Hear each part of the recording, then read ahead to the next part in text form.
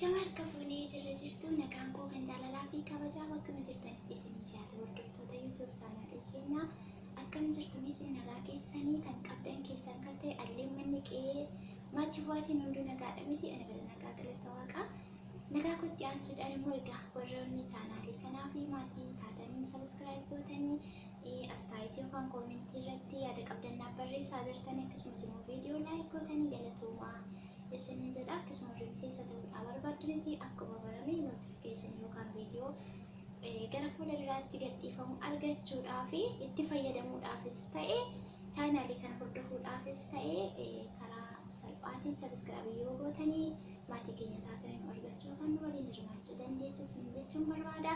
Warris immoo ilaaltanii calluma jettanii bira darbitanii rakkoo hin qabu isinis galatoomaa viidiyoo jaallattan garuu please laayik gochuun dagatiin wal guddisaa wal jajjabeessaa ilmaan Oromoo sheer gochuun hiriyoota keenya biroo biraan gahaa tarii yoo isinis ta'uu baate isaaniif illee ta'uu isaan fayyaduu danda'a waan ta'eedhaaf bakka jirtanitti wal jajjabeessaa keenya ijoollee Oromoo maal akka ta'e hin beekanii yeroo baay'ee iddoo hunduma iddoon deemutti Oromoo kan jedhu malee waa biraas dhageessi argees hin beeku garuu hirmaannaa keenya wal deeggaruu wal guddisuu wal bira dhaabbachuun wal gorsuu wal jajjabeessuun karaa hundumaaniyyuu keenya xiqqoo gadi bu'aadha maal akka ta'e hin beekanii fakkeenyaaf warroonni afaan birootiin yookaan afaan amaariffaatiin hojjetan waan isaan dubbatan hundi wanti isaan dubbatan gaarii isaa ta'uu jira barnoota of keessaa qabaatu hin qabaatinis waan wanti isaan xiqqoo ishee afuura baafatan jennaan sammuu isaanii keessatti waan tokko yaadanii osoo hin dubbatin miidiyaa irratti ba'an jennaan namni biroon itti fayyadamus ittiin fayyadameenis ji'a tokko keessatti sabiskiraayib isaanii namoonni foloo isaan godhan viidiyoon isaanii baay'ee guddaa fi olaanaa kan ta'edha. Kun immoo jaalala isaa waliif qaban deeggarsa isaa waliif qaban akka hagam akka isaan wal bukkee dhaabbatan hagam akka isaan wal dhaga'anii wal tabaabaranidha kan hin agarsiisu jechuudha. Kanaaf nutis immoo akka isaanii maaf hin taanu keenya rakkoon keenya maalidha? Keessa keenya dhugaa wal jaallanna jaalala dhugaatu keessa keenya jira wal guddisuudhaaf waliif jechuu wal irratti dubbachuudhaaf wal gargaaruudhaaf wal gorsuu wal hubachiisuu wanti tokko waan beeknu irraatii waliif qooduu irratti hirmaannaa keenya gama jaalalli dhugaan sun keessa keenya jira.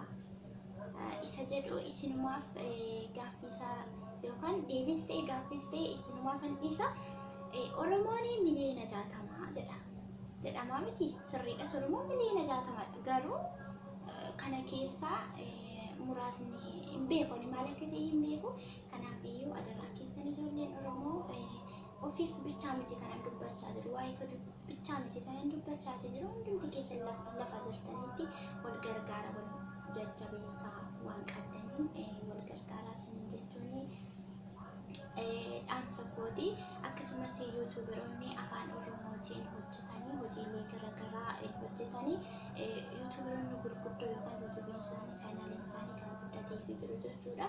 Garuu yeroo ammaa kanatti ijoollee baay'eetu chaanaalii mataa isaanii banatanii hojiilee garaagaraa hojjechaa jiru garuu deeggarsuutti waliin goonu baay'ee gadaanaa wal tuffiitu jira ta'ee wal jibbatu jira ta'ee wal goomanyaatu jira ta'ee hin beekan maal akka jiru hin beeku jenneetu wal bira dabarra jechuudha. Sabiskiraayib gootanii foodarkaa fudhachuun jira itti gaabbuun jira isa kana immoo rabbiin jaallatu waan inni uume kenne nurraa hin fudhatu waan nuuf kenne hundumaatti siin gaabbu nutillee akkasuma fakkeenya ta'a akka jedhu wanti nuti lafarratti gaarii goone samiirrattis gaarii ta'e nuuf mul'ata akka amantaa keessanitti akkaataa amantii keessanitti kan musliimaas ta'e kan ortodoksii kan Protestaantii kan maaliyyuu ta'e wanti lafarratti gaarii goote samiirratti gaarii ta'e si mul'ata fuula waaqa duratti jechuudha. Kanaafiyyuu wanta goonu hundumaatti hawaasni qomoo keenya sanyii keenya lammii keenya hiriyoota keenya jajjabeessuu wal guddisuun amaleeffannaa keenya isa guddaatu ta'e iddoo guddaatu waliif qabaannee otoo wal dhaggeeffannoo wal tuffachuu wal darbachuu walirra hojjechuu dhiifne dabarsinee hamaa wal kennuu dhiisne diinaaf dabarsinee wal kennuu dhiisne gaariidha jedhee yaadaanii gayyoon dogoggora irratti akkasiin na sirreessitan ammas abdii isinirraatiin qaba karaa koomentii firiideemii taatanii koomentii keessanii yaada isin keessa jiru na beeksisuu dandeessu. Egaa kanatti aansuudhaanii gaaffiiwwan 9 tokko qabadhee dhufeetiin ture viidiyoo dheeressuu hin barbaadu. Baay'atee miti dubbii baay'atee farreettiin fedhanii jedhama maksii Oromoo kanaaf egaa ishuma jirtu irratti hojiirra oolchine sumatu guddaa ta'a. lakkoofsi biliyeena triliyeenatti kan lakkaa'amu duwwaa gadi zeeroo irraa ka'eetu. Kanaafuu tokko lama jennee gara fuula duraatti waan qabnu waan beeknu irraa wal barsiisna wal barsiisna isa jedhu dubbachuu barbaadeenii gaaffii ani sadan qabadhee dhufe keessaa tokko viidiyoo darbe irratti obboleettiin tokko koomentii naaf barreessitee turte. Koomentii ishee isinis dubbistanii xalee jettanii biraan darbeenaa koomentii walii ilaalaati. Waliif deebisaa isinis gaaffii akka isheetti manaatii kan qabdan yookaan keessa keessanii qabattanii baastanii dubbachuu qaanoftan yookiin immoo sheemin isin qabe jiraachuu dandeessu waan ta'eedhaafi koomentii walii baatee dubbisaatii waliif deebisuu yaala. Anis immoo amman dandee koomentii sana nan deebisaa fi kanaaf turtiin keessan akka xumura viidiyoo kanaatti na waliin haa ta'u. Koomentii irratti maal jettee na barreessite viidiyoo darbe irratti egaa akkuma beekamu warri argitanitti warri immoo ganaa dhuftanii maatii taatan gara duubaatti deebitanii argachuu dandeessu. Asirratti rifeensa uumama keenyaa mana keessatti akkaataa akkamitti akka kunuunsinuu fi qibaatiileewwan akkamii akka fayyadamnu gatii salphaa fi aarsaa dhugdatu hin kaffaliini amala rifeensi keenya qabu chaalenjiidhaan beekuu akka dandeenyu ture viidiyoo darbe irratti kan inni hojjedhe. Sanarratti hundooftee koomentii isheen naaf barreessitee akkas kan jedhu abbaan manaa koo baay'ee na jaallata yeroo hundumaas akka na jaallatu natti himaa garuu ani rifeensi koo dheeraa miti xiqqoo yookaan gabaabaadha. Yeroo naaf dawwalu sana isuma na gaafata maal gochuun qaba kan jedhu tokko na barreessitee turte. Egaa gaaffii kana deebisuun ulfaata jedhee hin yaadu. Isinis immoo karaa isiniif gadi yookaan karaa ifa gootanii wanta fe'ee gootanii fe'ee keessan koomentii irratti barreessuu fi hin dagatiin alchaa. Ani gaaffii kana kanan deebisu mammaaksa Oromoo keessatti maal kan jedhutu ture. Mammaaksi tokko dubartiin mataaf maqaan manaa diribaatii kan jedhutu jira ture. Mataa gaafa jedhamu namni mataa malee uumuu jiru. Mataa jechuun baay'ee isa kana walumaa galatti fakkaata rifeensa yookiin dabbasaa keenya jechuudha. Mataa malee namni uumame hin jiru. Yoo garaagarummaan jiraate akkaataa itti yaadnuu fi xiinsammuun keenya tokko guddaa tokko xiqqaa ta'uu danda'a malee mataa malee kan uumame hin jiru. Kanaaf mataa gaafa jedhu rifeensa yookiin dabbasaa jechuudha. Gaaffiin obboleettii kana waanni dabbasaan koo yookaan rifeensi koo gabaabaa ture abbaan manaa koo akka na jaallatu yeroo hundumaa natti hima baay'ees na jaallata garuu dawwalee waa'ee rifeensa koo sana na gaafata ammallee kan jedhu gaaffiin sun. Gaaffiin suni gaaffii gaariidha. Galatoomii waan na gaafatteef obboleettii koo. Gaaffii kee garuu gabaabamatti si deebisuu yaala. Yoo immoo rifeensa kee ammayyuu kan balleessite yookaan dogoggortii jeelii garaagaraa qibaatiiwwan garaagaraa onlaan yookaan sooshaal miidiyaa irratti gadhiifamanii sobaan irratti hojjetamaa jiran irratti hojjetteetu rifeensi kee kan si jalaa badeerudha yoo ta'e deebisuu dandeessa. Karaa salphaatiin deebisuu dandeessa manuma keessatti jechuudha. Otoo ittiin dadhabinii otoo karaa maallaqa keessa hin miidhamiin mana keessatti deeffachuu dandeessa. Dogoggora sana dursitee beekuun sitti jira waan goote jechuudha. Lammaffaan rifeensi kee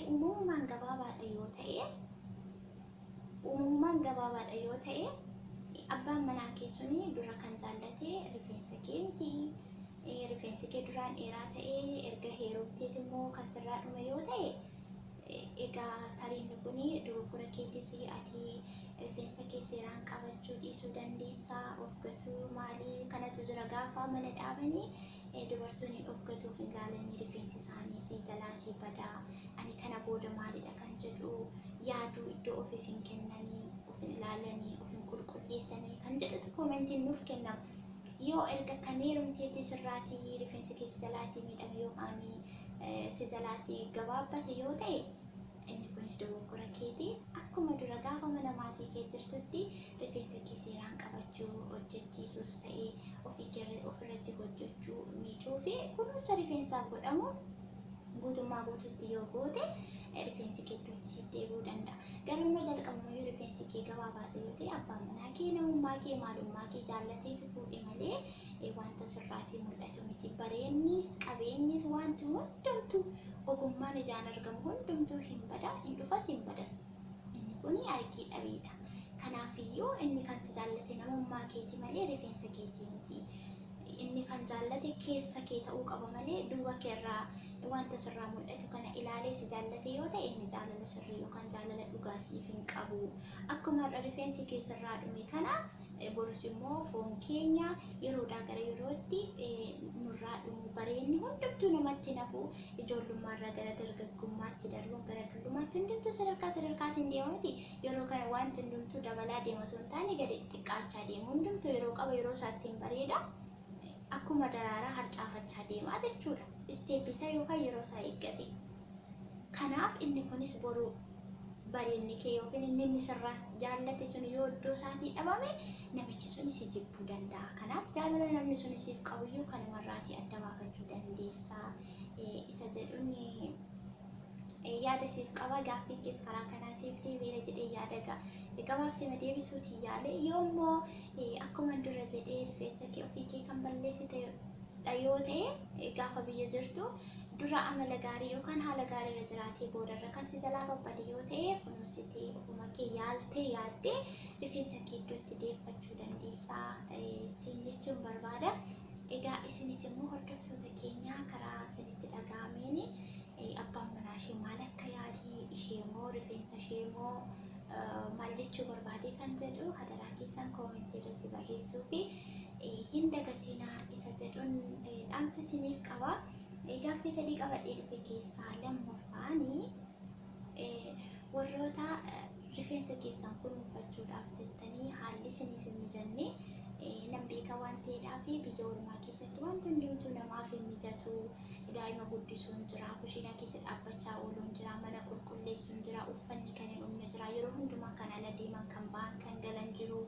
Akkasittiin hojii faana deemaa ooltanii madaamonni tokko immoo baay'ee kan cakkanan yookaan garaa kan namatti jabaatanii suuqillee deemtanii shaampoo akkatti bitattanii akkaataa itti mataa keessaniidhaaf kan ta'u baaziliinii illee abdanii mana keessatti rakkachaa kan jirtan ijoollee baay'een jirtanis ofirraa kaasee waan hin beekuudhaaf isiniif immoo mala akkamitti akka fayyadamtan maal akka isiniif ta'u otoon aariin otoon qoramiini otoo uffeen jedhiini mana keessatti jechuudha akkaataa isinitti fayyadamtan rifeensa keessan kunuunsuu dandeessan aarii kana sababa kanaan qabattanii simboon keessan akkasinirraan dhumne yeroo malee dulloomuun akkasiin qaqqabne kan jedhu ture gaaffiin qabadhee dhufe.